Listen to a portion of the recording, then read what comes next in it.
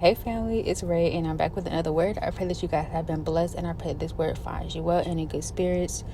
As always, take this word to Lord for him to confirm that this word is for you and to give you specific details, insight, and instruction. So I'm going to go ahead and get right into this word.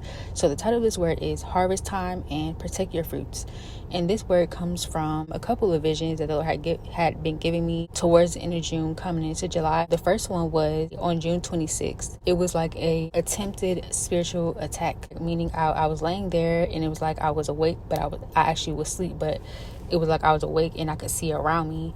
And I could see the person as I'm sleeping walk up to me to the side of me and start reaching for me, but I fought it off. So it wasn't successful. That's why I said attempted spiritual attack, because it wasn't successful. The Lord literally didn't, even in that attack, she couldn't even touch me. So the Lord didn't allow it to touch me, but I was able to see that it was an attempt. Okay, so that was June 26th, and then June 30th, July 1st, it was a vision of the same person trying to steal or eat my fruits, and she was doing it in an arrogant way, in a taunting way. Okay, so the Lord is revealing to you certain people that do not have good intentions. This is something they could already be doing now or have already done in the past, or this could be their current plans or heart posture towards you, which is to eat off of or steal your harvest, your fruits, your gifts, your blessings. So in this vision, I was getting some fruit out the fridge. I had different fruits out on the counter, and I remember I was washing and cutting up an apple.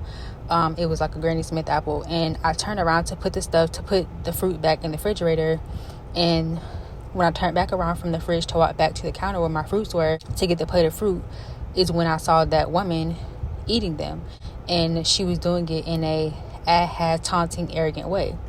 So first of all, I caught her. Initially, when I was there cleaning the fruits and stuff like that, she wasn't there. So I turned around and caught her eating them. So this is something that she was sneakily doing, or attempting to do sneakily, but she was caught in the act of it. But then even when she was caught, she was like, literally, if you were to say aha, you see kids and they'll be like aha, and they'll stick their tongue out and then they move their neck side to side. Or even when someone's trying to taunt you or they're doing something arrogantly, they'll roll their neck side to side.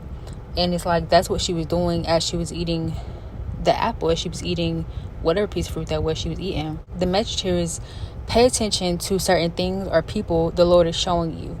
These people are after your fruits, your rewards, or your blessings. So the Lord is separating you from these people in this season of harvest. Even if you do not see it in the physical, the Lord is revealing what is to come or what is happening in the spirit. This could be them trying to steal gifts, promises, spiritually, marriage, status, business.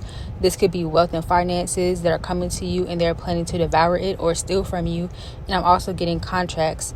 Be careful of deceptions within contracts. This could look like people trying to shortchange you or put you in bad contracts where they have full control of you or your money, or locking you in contracts, and the result will be to hold you back, so keeping you from getting as far as you have the potential to go.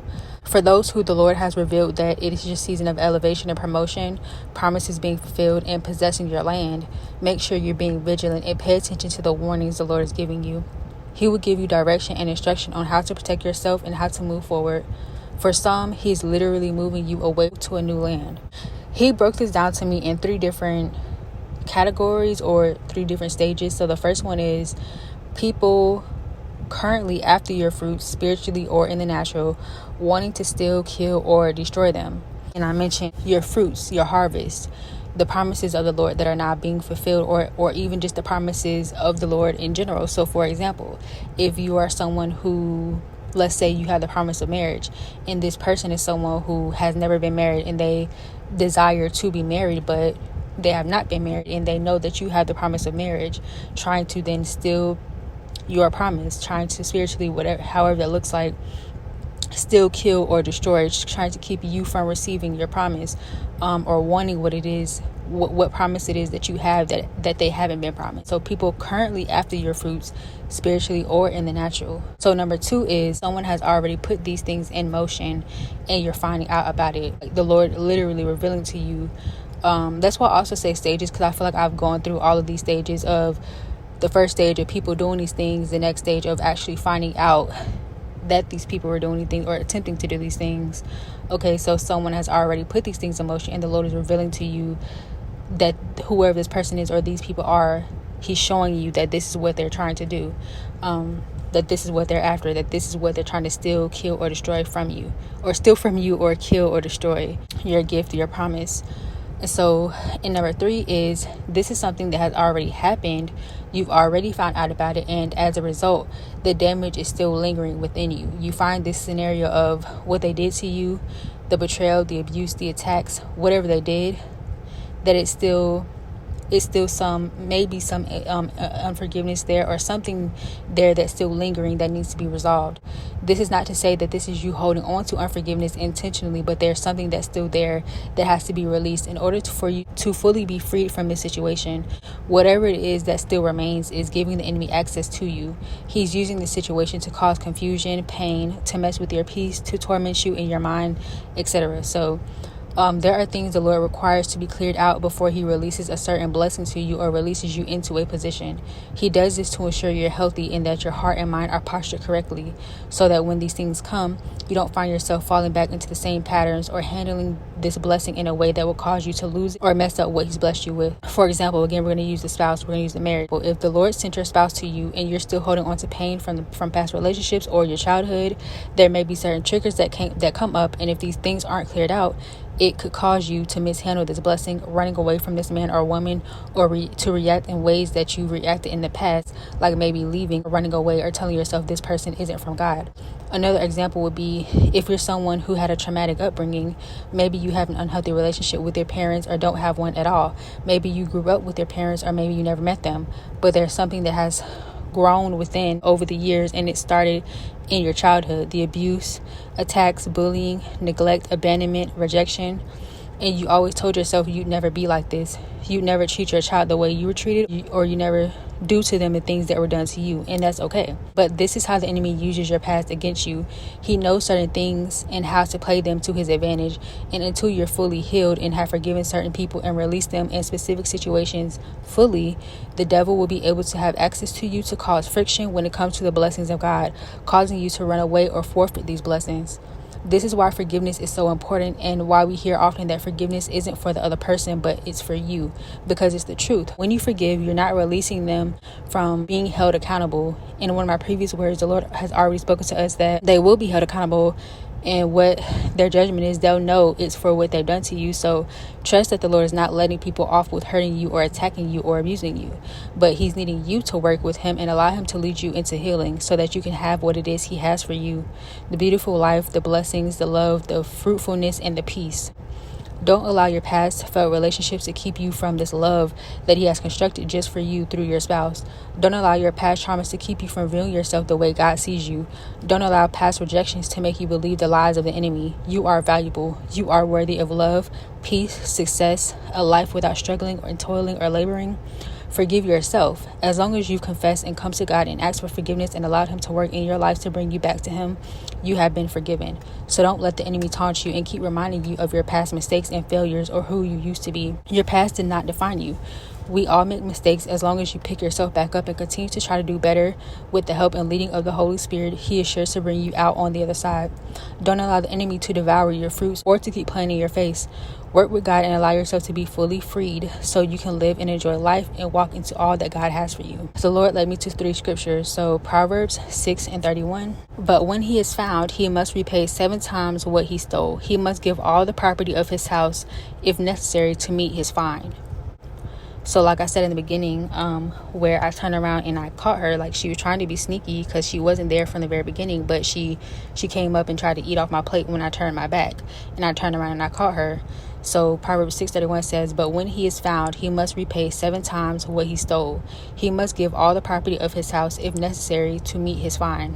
The next is Galatians 5:22-25. But the fruit of the Spirit is love, joy, peace, patience, kindness, goodness, faithfulness, gentleness, and self-control. And another way that he broke this down for me is that when it comes to like the taunting, the memories that the enemy may be trying to remind you of, whether it's what someone has done to you, or if it comes to just yourself and your past mistakes. When the enemy can get you to hold on to these things, when the enemy can get you to hold on to unforgiveness, whether it's someone else or your own self, that opens a door for him.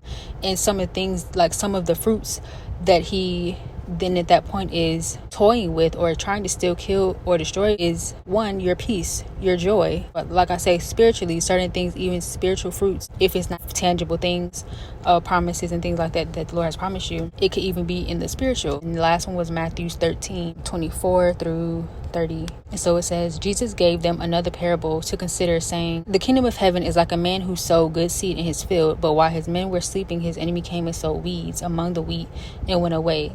So when the plant sprouted and formed grain, the weeds appeared also. The servants of the owner came to him and said, Sir, did you not sow good seed in your field?